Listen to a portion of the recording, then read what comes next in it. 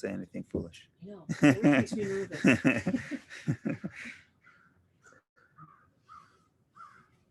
Don't say what you really want to say now.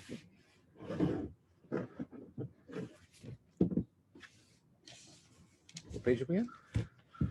42 or 43.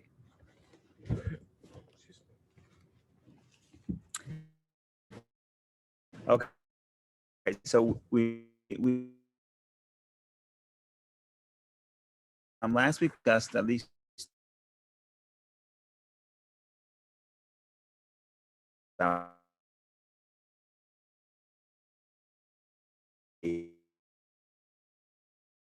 we said he was looking for to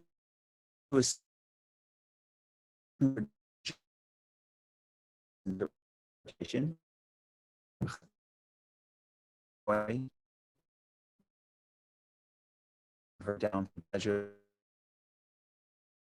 one he the problem was not transcendence escaping this he tried to escape himself intoxication and he is going to teach out to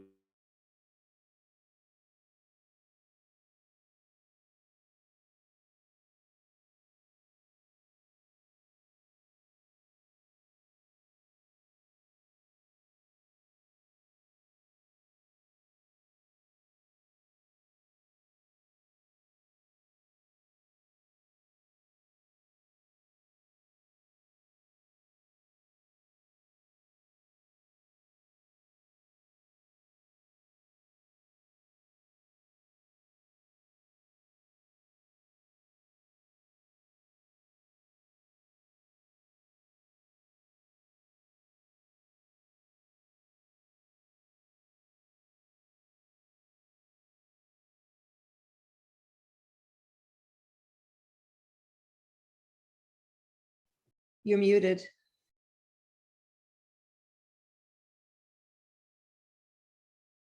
My apologies. We had a connection break here, but I just reviewed from last week, so that's okay. That all you already know. Okay. We're going to say something new, which is also a very interesting interpretation. It's from a student of Rav Kook, one of his main students. He wrote a book called Mei Maron, and I thought it was very, very interesting, and because it's creative. What's the issue here? The issue is Noach goes to wine. So if you want to think about why did Noach go to wine, what is the spiritual implication of going to wine, and how does this about Noach? One of the things we know about Noach is he did not try to transform his generation. Right? We spoke about that at great length. How does this tie into the wine? And where does wine figure later in history? So his connection is as follows. There was a debate between the and the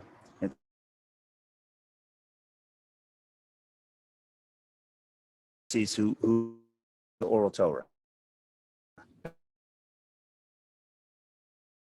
Was the debate that the Torah says that when you're on the altar, and there's a specific amount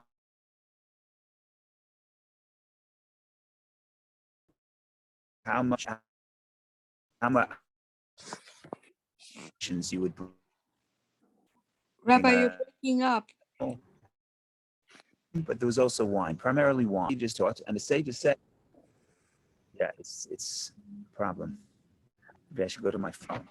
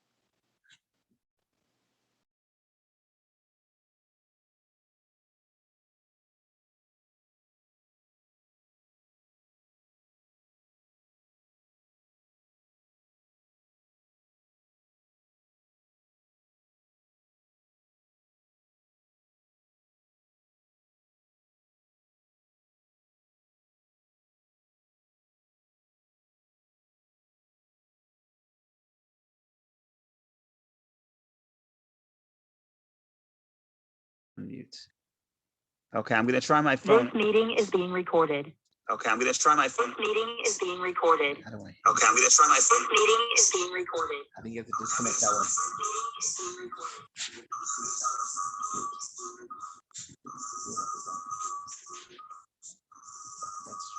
You should turn the computer one off.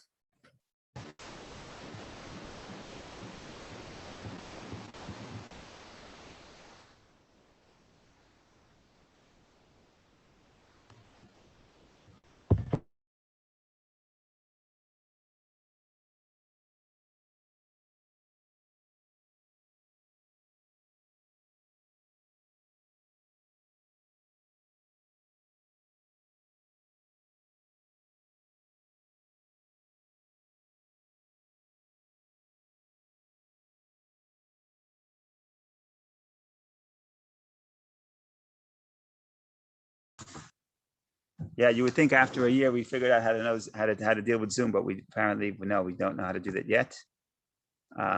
Okay, so let's go back to the Mei Marom. Let's go back to the interpretation of Noach looking at the wine. Oh, so what did I say? I said that there's a mitzvah in the Torah that you have to pour wine when you offer an offering. Called nisuch hayayin, pouring of the wine. That's a libation. That's a commandment in the portion of Shlach in Numbers. The sages say that on Sukkot, there is a mitzvah to pour water as well. It's called nisuch hamayim, pouring of the water.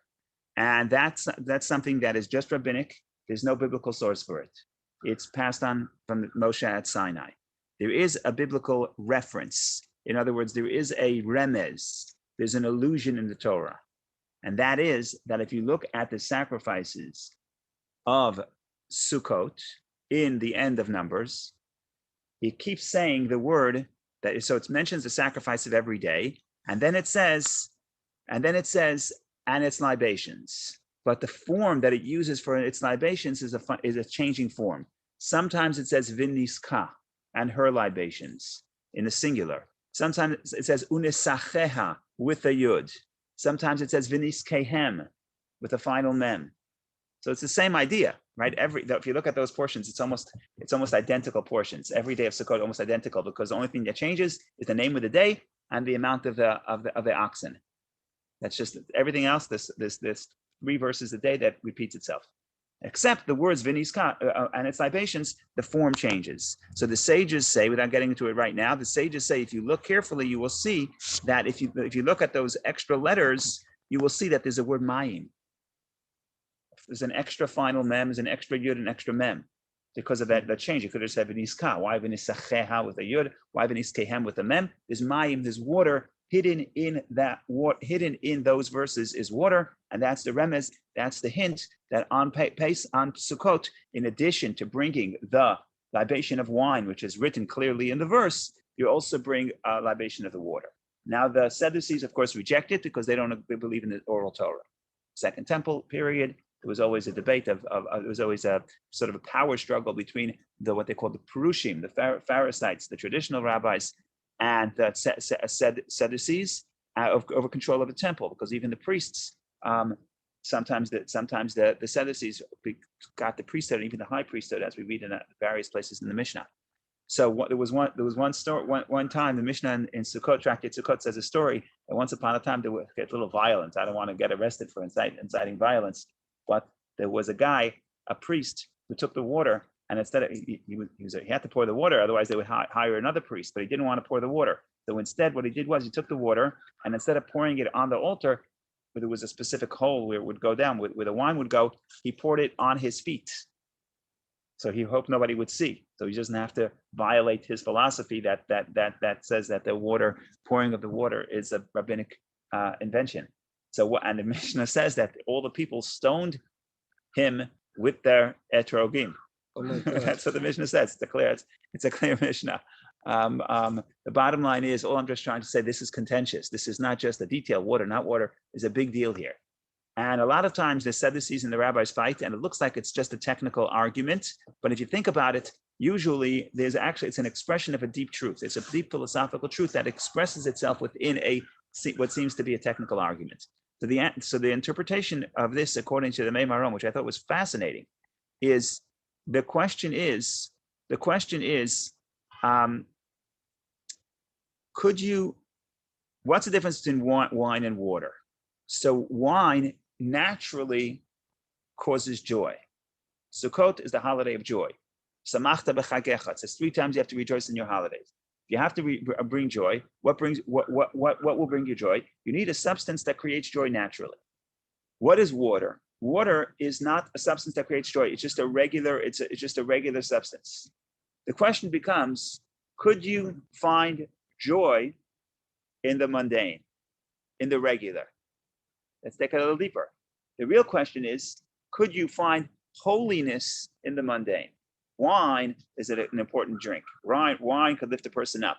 Wine is extraordinary.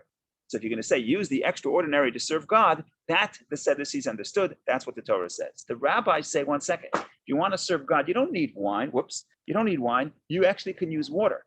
In other words, you can get joy because you can get connection to God in everything.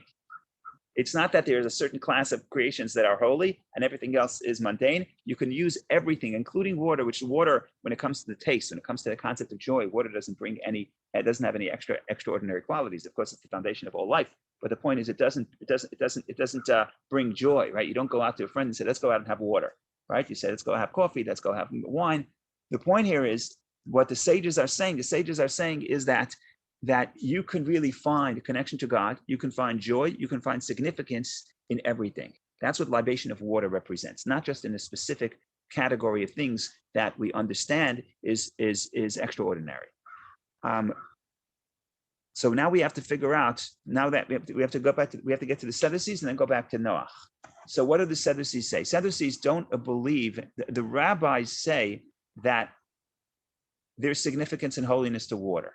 What is the essential point of the rabbis? That there is the oral Torah. What's the point of the oral Torah? The oral Torah is that every person could contribute through their understanding and application of the Torah. That becomes part of Torah, right? The Sadducees say it's only the written Torah. It's only God's word. Human interpretation doesn't have any holiness because the human being is not holy.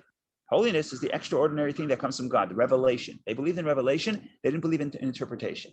The sages, the oral Torah, the sages believe that part of Torah, what God wants is that God, there is revelation, of course. His revelation is the written Torah. God reveals his will and desire. However, the application, you have to have a partnership between the revelation and the application. And the application and the expansion happens through human intelligence. And human intelligence is not extraordinary holy. It's more like water. But the sages say, sanctify the water. Sanctify everything, every person, every perspective can contribute something to holiness. That is the debate between the Sadducees and the sages about if water should be on the temple. If everybody has something to contribute, if even in the ordinary you can find holiness, and even in the ordinary you can find joy. Okay, so I thought that was interesting. Tied it back to Noach. So what does he say? What do we know about Noach? Noach did not try to influence the people of his generation. Why? Because he did not understand that within every person, there's a spark of holiness, within the water, within the ordinary person, not the person who's spiritually gifted, but within everybody, you can find a spark of holiness. Had he understood that you don't have to go to the wine, you can go to the water. In other words, in every mundane experience, you can find joy, you can find meaning, you can find holiness, that then perhaps he would also see the spark within common people. So they're connecting the failure of Noach to influence the people of his generation with Noach being pulled to go to wine and not being able to find happiness and joy in the everyday, in the mundane. Being able to see every day is unique, every day is special. You don't have to do something extraordinary to find holiness, to find even physical joy, even pleasure. And that's the skill. I think that's the skill. The skill is, could you be happy in the ordinary? Right? So once in a while you need a vacation, you need a change, but you don't want to be the person that needs the extraordinary experience to have a meaningful life. Right? You have to be able. The skill is, could you enjoy every day? Can you enjoy the regular day? That's the skill. That if Noach had that, it would also translate that if there's no ordinary day, then there's no ordinary person. There's no ordinary person, then everybody can be influenced. If everybody can be influenced, he wouldn't be so afraid to try to influence the people. So I thought that's just a different way of looking at it. I never heard that perspective, and it's sort of all inclusive. It explains the beginning of Noah's life and the end. I thought that was creative. Go ahead. But wouldn't Noah of all people hate water because of the flood?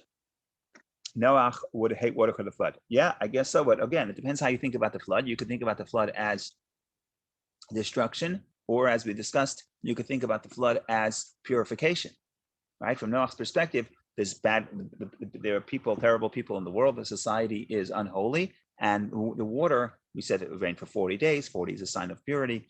40 is the mikvah, 40 still have the mikvah. So the water has a double element. It has a double element, has an element of a double element of destruction, and an element of life and purity, right? And we have water today has the same thing. Water floods, but water is the substance of life. But in his day, water killed a lot of people. Correct. But the question is, what were those people and why? So Even the children? I don't want to now say that it's very nice to kill people, but the point here I'm trying to say is that that society was corrupt, and this was this was either punishment. And if you say it's punishment, then you ask the question: Could you punish young children? Are they subject to punishment? But if it's the idea of purification, then society needs a metaphoric dip in the mikvah. That's the Kabbalistic reading. That's the Kabbalistic reading. So the point here is either way, he wants joy. So what do you do when you want joy? So you go find wine. Okay, that's the simple avenue.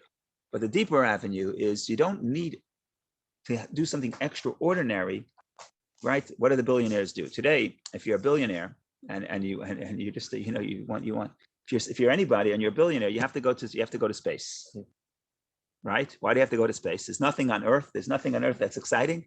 What's in space? There's nothing there besides good views.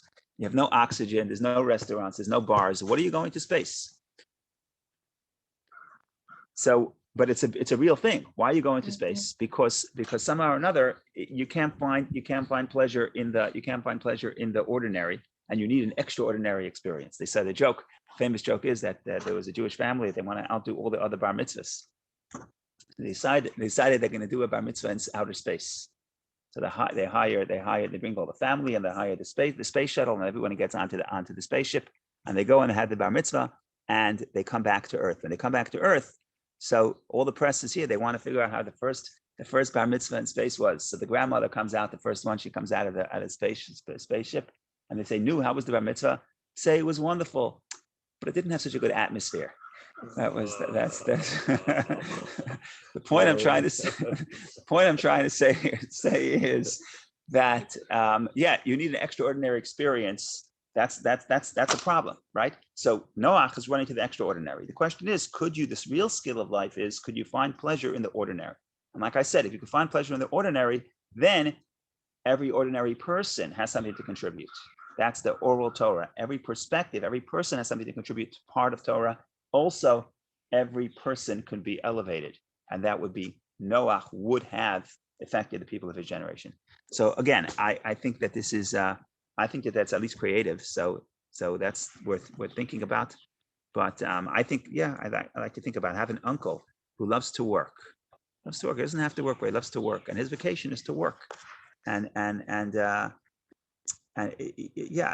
remember when Hurricane Sandy came, he went out and bought himself and rented a truck so he can come to work 5:30 in the morning and during Hurricane Sandy. I mean, he doesn't have to work, but he in his thing, he doesn't like vacation. The ordinary, he wants to enjoy the ordinary. If you enjoy the ordinary, it's what you want to do. You don't want to change your schedule. So he has a nice office. He's a pool in the office. Okay, fine.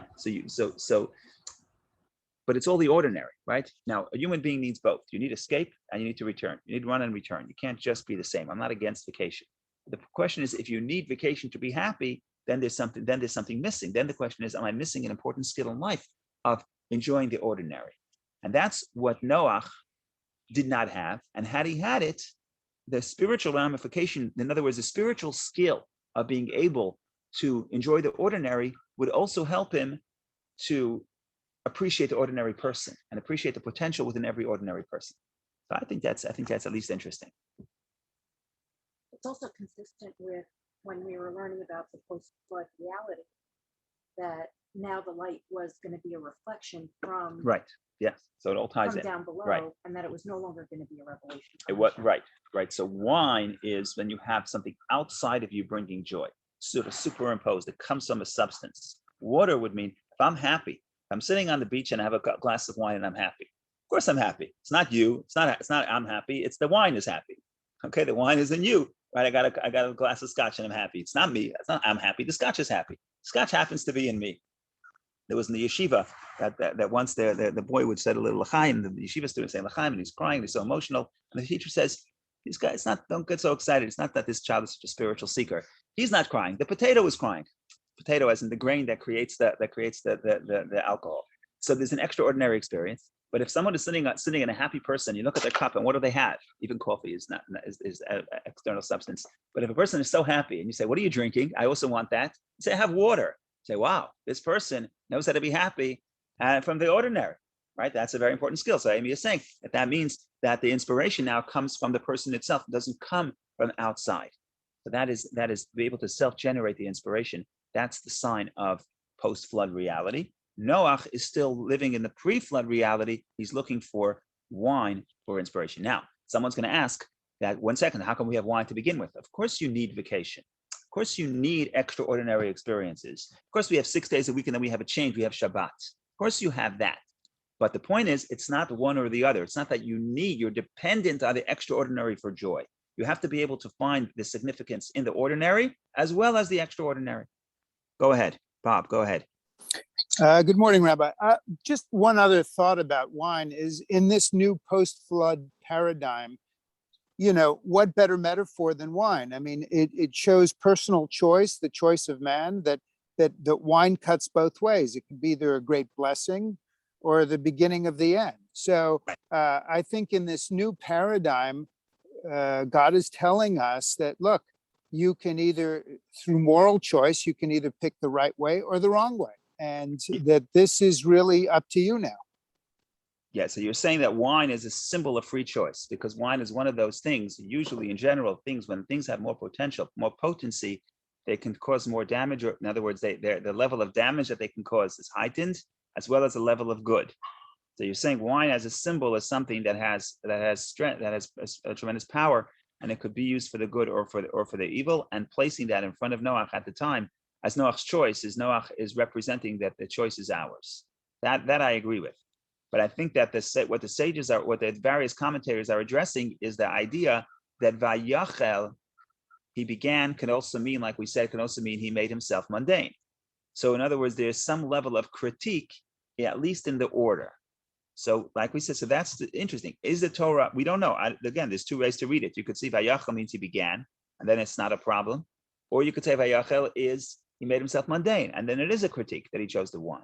So which one is it? Is the Torah alluding to us that something is a problem here? Maybe yes, maybe no. You could say it's free choice, and that itself is the choice. Torah uses a word that can be used in both ways to tell you that the act itself is neutral, and it depends how you use it. And that may be the message of the whole story. The message is that what led to the corruption that led to the flood, it's not that anything is inherently evil. It's that everything is wine. Wine is everything. Society itself could be used in a positive way. Everything in society could be expressed in a positive way or in a negative way. And that could be the story. Yes, that's beautiful. Is there a difference between Vayachel and Matkil? No, that it's the same root. And that's why the conventional interpretation would be, one interpretation would be he began. Vayachel, he began. Now, if it would say hitchil, then it would be clear, it would be exclusively began. The fact that we're using more of a poetic form of that word, that lends itself to mean chol, mundane. And then that's probably a critique to the extent that the Art Scroll translates debased. Noach debased, is that what Art Scroll translates? I think so, right? Yeah, Noach, the man of the earth, debased himself and planted a vineyard. They're taking this extreme. Rashi doesn't say debased himself. Rashi said asa atzmo chulin. He made himself mundane. There's a difference between mundane and debasing. And mundane is neutral, right? Like I said, in Hebrew, the 6 days of the week are the sheshet yimei hachol, 6 days of the mundane, not 6 days of debasement, right? But again, it's still some form of a critique that he's chol. He should have dealt with something more holy. Why is the first thing? Why is he being pulled to something mundane? That would be a critique. So again, the question is, what's the critique? What's wrong with wine? So one question is the order. If you're looking for pleasure, it's not going to work. You have to have the pleasure has to serve a higher purpose. That was the interpretation we gave last week. Or you need transcendence, also last week. This week, what we're saying is, if you need wine to give you joy, you're going to run into a problem. It's almost like dependency. What's the difference in a person who's dependent on alcohol and a person who isn't? A person who's dependent needs it for their joy, needs it for their well-being, right? As opposed to somebody else, once in a while I could take a drink, but that's not the only meaning in your life. You have other things in your life, things that are more mundane that you could take pleasure in. You could take pleasure in a glass of water. And that's a skill, but it's not only an emotional and psychological skill. We're taking this to a spiritual skill as well. Because if you can find holiness and good in every experience, and that's really the Jewish way, that's what the sages say, as opposed to the Sadducees, which say, no, holiness comes from above us, we cannot generate it. So there's a big gap between the mundane and the holy, as opposed to, so if Noach understood that every experience could be elevated, then maybe every person could also be elevated. And then maybe he would do more. I don't know if he would be successful. That's debatable. Could be he wouldn't be successful, at least according to some interpretations. Those people, that evil of those people was not susceptible to transformation. But that's another story. Noach himself would have made an effort had he understood the concept that if you want to be joyous, you don't need to buy wine. You can buy water. Yeah, actually, Rabbi, my question was about what you just said about spiritual transformation, no, before flood and after flood. So after flood, if that's a skill, you can find holy in everything in life. The holiness comes from within. Wouldn't we expect that somebody can develop that skill, or this is not Noach before flood? But what can we learn as far as developing that skill? I think because that's a beautiful interpretation, connecting him before and after, and being able to find spirituality in anything coming from. Yeah, I certainly think it's a skill that could be developed, and maybe that's part of the critique that he didn't. The problem is that he ran straight to the wine. Like I said, there's nothing wrong with vacation, but if that's the first thing, some guy gets hired for a job, first day on the job, he comes to work. He says, "No, when's vacation?" Mm-hmm. I say, "What are you talking about? We just got to work. You come to school. When's vacation?" Right? So Noach shows up to work, and the first thing he's like, "When's pleasure?" Doesn't work that way. You can get that, but you have to first give time. You have to let that pleasure develop, and learn the skill of enjoying what you're doing in the mundane. So I think that Noach can figure it out over time. The problem was that there was. In that sense, it turned out negative, very negative. And that's part of the problem. The problem is if you teach your children, not you, if the person Noach teaches his children that you need an extraordinary experience to get joy, so they take that to the next level. And therefore, Cham also needs an extraordinary experience. Extraordinary can be positive or negative, but he's also looking for the extraordinary experience. He needs the thrill of the extraordinary. Extraordinary can be negative. When you have something, you have a terrible piece of gossip, or it's just looking where you're not supposed to. So it's very thrilling because it's so out of the ordinary. But if I, as the father, teach my children that I don't know how to enjoy the morning, I can't enjoy the breeze in the morning, I have to right away fill up a drink and drink coffee. No, I'm kidding. I'm not bashing coffee. If I don't know how to, I'm a bad example to my children. If I don't know how to enjoy the mundane, the regular, and I need the extraordinary, so they're also going to look for the extraordinary. That extraordinary that they may seek out may be a little bit more extreme to my tastes, but it's not up to me because I already conveyed that message. I already conveyed that message that regular life, common life is boring, and therefore I need to go to space, my space shuttle. And then, so if I need to go to space, my kid will end up somewhere else. So I think that's what happens when Noach shows the example. Then his grandson or son and grandson maybe take it to the extreme. Thank you, Rabbi. That was a very good example, very good explanation to take into the next generation, and lesson for us, definitely.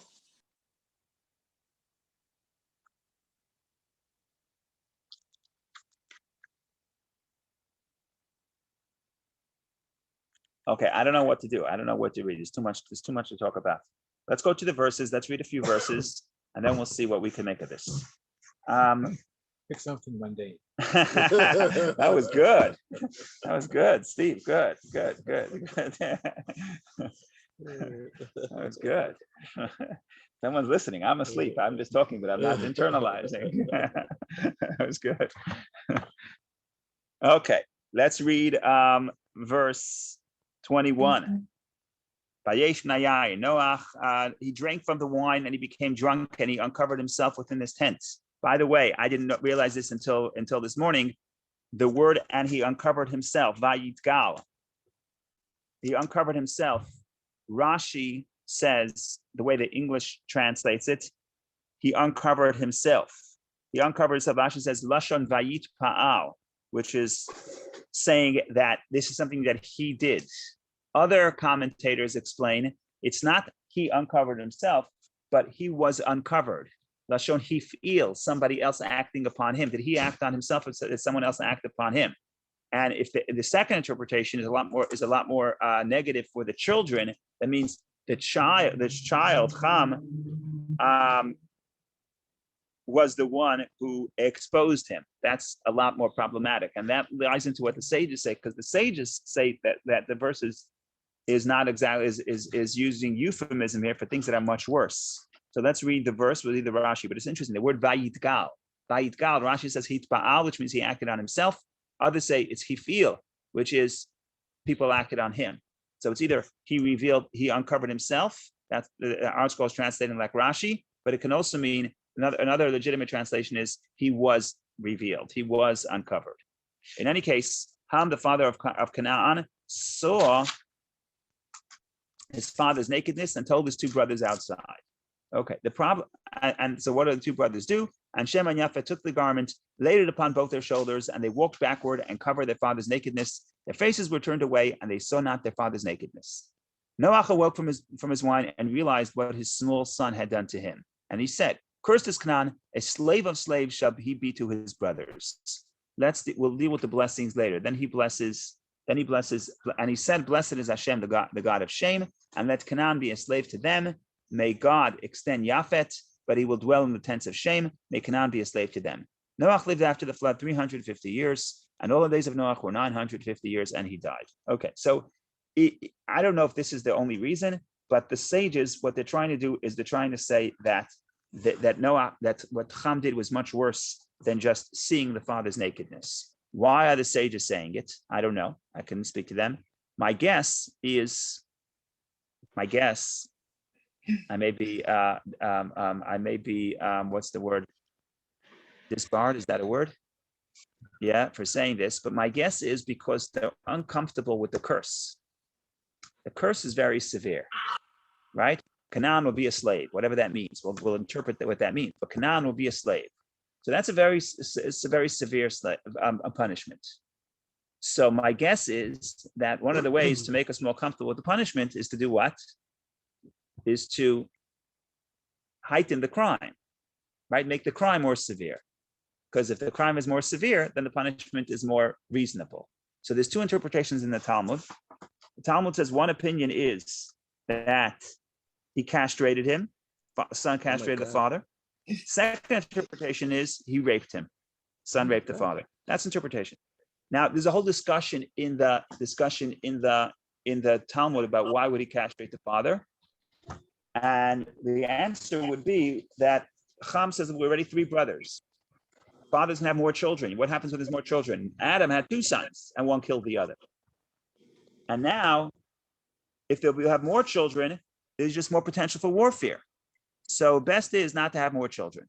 That's what the Talmud says. Rashi quotes it. So Rashi obviously believes the Talmud says this. The Talmud could be drash. Rashi says that's the pshat. That's the simple meaning.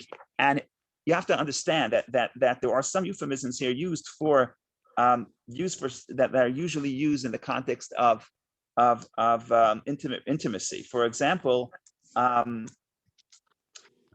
vayar, even to see the father's naked, even to see. But for example, if you look at Vayeda, verse 24, and Noach awoke from his nakedness and realized and knew what his small son had done to him. What does it mean? He knew, he realized that. Dat can also mean in the form of connection of intimacy, as it says, Adam knew Eve. So it seems like that Rashi believes that this is part of the pshat. I also think that part of this is to address the idea of the severity of the punishment. To understand the severity of the punishment, you have to raise the severity of the crime. That's just my indication, maybe right, maybe wrong. My interpretation, maybe right, maybe wrong. In any case, what's the punishment? The punishment is that he's going to be a servant. So we have to figure out what that means, be a slave. Again, is it good? Is it bad? Does this mean that Torah wants slavery? People use this verse to justify that the Torah believes that the descendants of Ham, specifically Canaan, specifically some which ultimately end up in Africa, some of them should be slaves. Is this a justification for slavery by serving the children of Yefet, which is basically Europe? Is this a justification? Is this a good thing or a bad thing? We have to address that. So one interpretation is as follows. One interpretation is that he is not saying, like all the curses in the book of Genesis, like after the sin of the tree of knowledge, where God tells Adam and Eve that you'll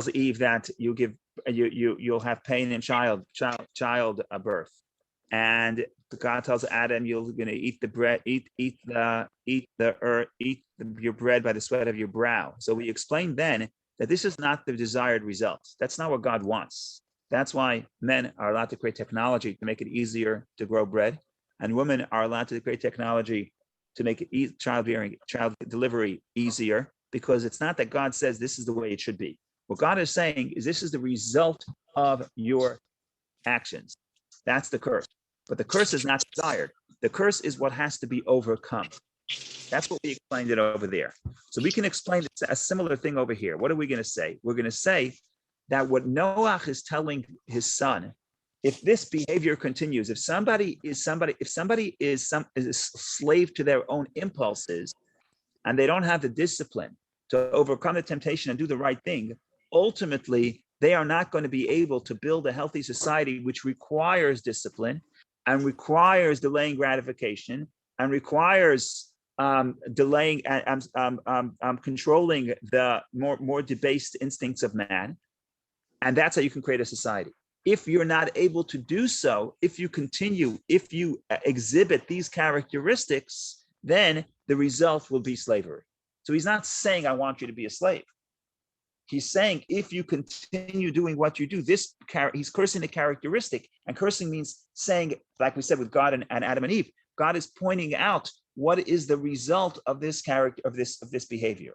Not that we're saying that that result is desired. To the contrary, we're saying that is the result that has to be overcome. But Noach is putting a mirror to his son and saying, if this is how you behave, this is where you're going to end up. And if they read it that way, then it's not that the Torah is condoning the slavery. It's Noach is saying, you better shape up. Otherwise, you're not going to be able to build anything of yourself. If you are completely controlled and enslaved to your own instincts, you're not going to be able to ultimately create a free society, because it's going to implode based on the desire to fulfill every immediate gratification. That is one interpretation. Question on that. Yes. I remember reading a Medrash that part of the punishment of Ham was his wife had a black eye. Could be. I can't say that it's not in the Medrash, because Laura, in fact, if I say I haven't seen something, it doesn't mean it didn't happen. We look. Also, part of this is like this. Part of this is. Go ahead. Oh, and that became the beginning of the conversation. I don't know. I don't know what the Medrash says. I don't know. I think that we were all black back in the day. Abraham is from Iraq, so the difference between the Shemites and the Hamites, I don't think was so distinct. I don't know how much. I don't know. What I'm trying to say is this. When I'm trying to say part of this, and we read this already before from Shamshin and Hirsch, we keep mentioning, it's very interesting, we keep mentioning father of Canaan, right? In the beginning of the story and over here. If you look at, why do they bring in the word Canaan? It's very interesting. If you look at, I don't know why I lost the place. If you look at verse 42, Vayar Ham, the father of Canaan saw. Verse 22, Ham, the father of Canaan saw. What do you mean Ham, the father of Canaan? That's his identity? Ham saw. Ham is the father of Canaan. So there's a few issues here. Why do we bring in Canaan? So Steve, this is a long answer to your question, but why we bring in Canaan? It's justification. Why is it justification? Because it's interesting that Noach did not curse Ham. Noach curses Canaan, Ham's son, right? So it says, right? He says, Vayomer, he says, verse 25, cursed is Canaan, a slave of slaves shall be to his brothers. What did Canaan do wrong? Canaan is the son of Ham. But according to the simple reading of the verse, Canaan did nothing wrong. He's just the son of Ham. So we have, therefore, in the beginning, the verse has to say, who is Ham? Ham is the father of Canaan. Therefore, if Ham is cursed, Canaan is cursed. But what did Canaan do wrong? So there are a few interpretations. One interpretation is, the reason why you're mentioning Canaan is because Canaan also sinned. Canaan saw Noach's nakedness, or either saw it or revealed him, one way or the other, depending how you read the Vayitgal, Hifil or Hitpal, acted upon or acted upon or he acted. He exposed himself or he was exposed. In any case, Canaan calls his father. So therefore, when it comes to be punished, you curse the grandson because the grandson called his father. Why not curse the father? Rashi says it's a very interesting interpretation. Rashi says you can't curse Ham. Why? How do we know that?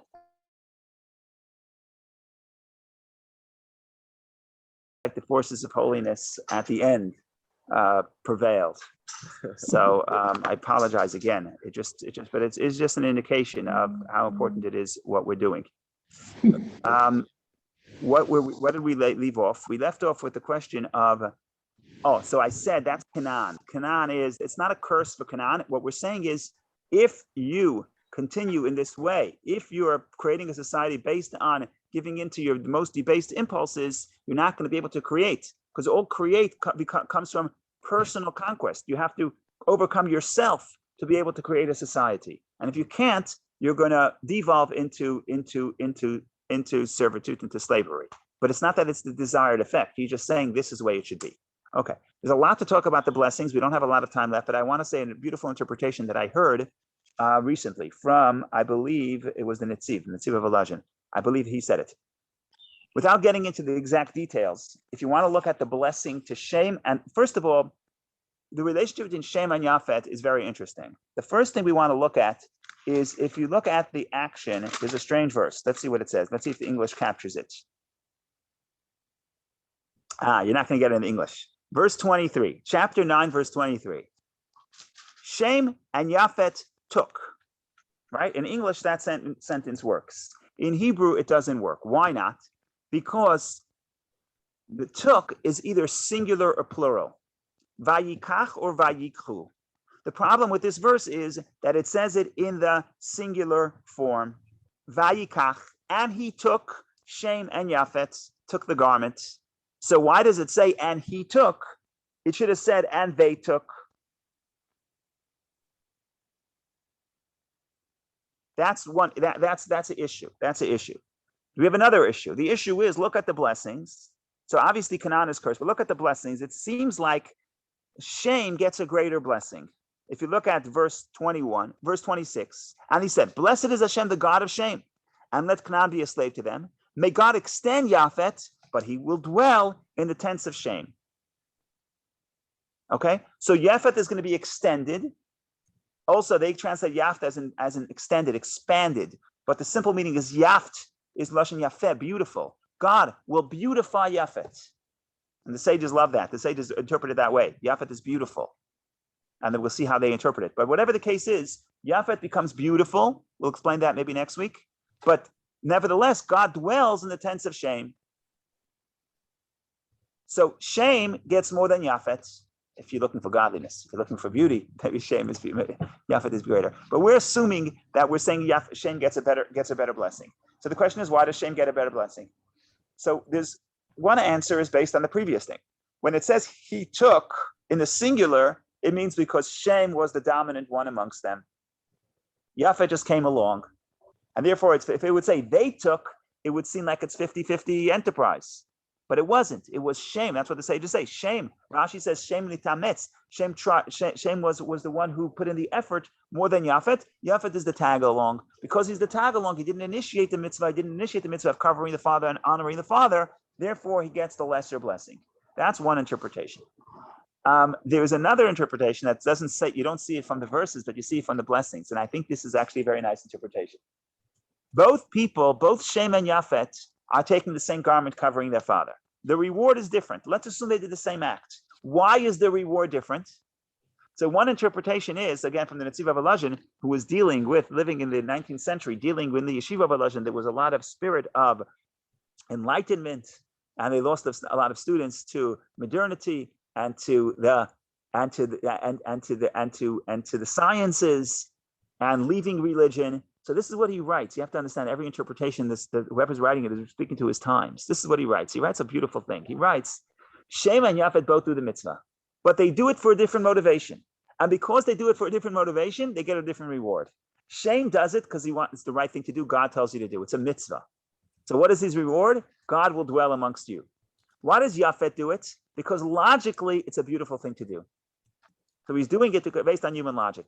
If you're doing it based on human logic, what is the reward? Beauty, logic, Greek culture, right? So the reward is tailored through the mitzvah. Why do they get a different reward? Because they get a different motivation. Even though Shem does it for a spiritual reason, and therefore Shem gets blessed that God will dwell in your tents, you'll get what you want. You want a connection to spirituality? That's what you get. Yafet does it based on human intelligence. What is the blessing he gets? The blessing is God will bless your efforts and you will create the beautiful society. This is Greek culture, ultimately European culture, and that is, sages say it's the language, it's the culture of Yafet of Europe is considered beautiful and blessed by God. But that's not where God dwells. In other words, that's based on human logic. And human logic is secondary to connection to the divine. So why are they getting two different rewards? Because even though the act is the same, the mitzvah, the motivation is different. And if you look at the Netziv sitting in Volozhin trying to teach the children, the students, that yes, human logic is beautiful. That's Yafet Elokim Yafet. God made Yafet beautiful. God made European culture beautiful. But that's ultimately not the greatest thing. The greatest thing is Shem, God dwelling in the tents of Shem, stay in the yeshiva. Now, later next week we'll look about what's the relationship between Shem and Yafet. Could they be in peace or they have to be in conflict? But that's next week. But the first step of the journey is that there's two blessings here, and the brothers received a different blessing because of their different motivation. Now, if you want to go back and tie it all together, the blessings and the curses are all basically a mirror saying, if you continue in this path, this is what you will get. Cham, if you continue in this path, you get slavery. If you can't control yourself, you will get slavery. Because you're not free to conquer your impulses. Ultimately, you're the center of slavery. Yafet, if you continue in the pursuit of human logic, you will get the beauty of Europe. Shem, if you continue with the desire to connect to God, God will indeed dwell in the tents of Shem. So basically, it's just showing the path and saying, if you continue in this path, you will get to where you go. Now, do these three societies have to be in conflict, or they could complement each other? That's for next week. Go ahead, Steve. Well, with respect to slavery, originally people became slaves because they lost a war. There was a war, I won, you lost, you're my slave. And so basically, a person becomes a slave because it's possible. I can do it. And then moving forward to 1619, I guess it's still, you became a slave because it's possible I can do it, but they needed another justification because there's such a thing as civilization in 1619, I suppose. So Allegedly. So you need some kind of justification. So they developed the concept of different categories of humanity, and there were such things as Untermenschen. And so again, you became a slave because I can do it, but eugenics, the false science of eugenics became the Justification, the moral justification. Yes. So let me try to address that very quickly. Not that it's not, you can address it quickly. There's another aspect. Also, the society has to have you need a benefit. It has to be what's the word? Economically beneficial. And that's why the slavery begins in the land of Egypt, because Egypt was a very developed agricultural society. And if you can have an agricultural society, slavery then is very beneficial because you need the manpower. Okay, so a few things have to happen. You need a philosophical justification. You need the ability. You have to be stronger than the other guy, but you also need a society that would benefit from it, as opposed to if you're in a society that's for example, raising livestock, it's the slavery doesn't develop. But all those things come together to create slavery. Yeah. Now, let me finish one. It's not just slavery; it's servitude. Eved is to serve. So I want to say something in a minute. We're going to get next story is going to be Nimrod. Nimrod is the first king, and he creates a society, a hierarchy within the Egyptian society. In other words, it's not just slavery. The idea that there's no equality between people and there's a hierarchy. Forget about the slave. In the society, that is an invention of the children of Ham. That is an invention of the children of Ham, and it was master planned by Nimrod. So I'm not just talking about the slave at the end of the food chain, at the end of the chain, but the fact that there is a hierarchy amongst people in a society, that is something that comes from that's a development of Ham, and we can elaborate upon that. But the point here is you need multiple ideas to come together to allow for the terrible expression of slavery. But we're dealing even before that. We're dealing with the idea of Eved is to serve. The idea that a person could believe that I need to serve the people higher than me in the rank within society, and arguing with the concept that all people are equal before God. That original mistake ultimately would lead to slavery, and that also ties into Ham's mistake.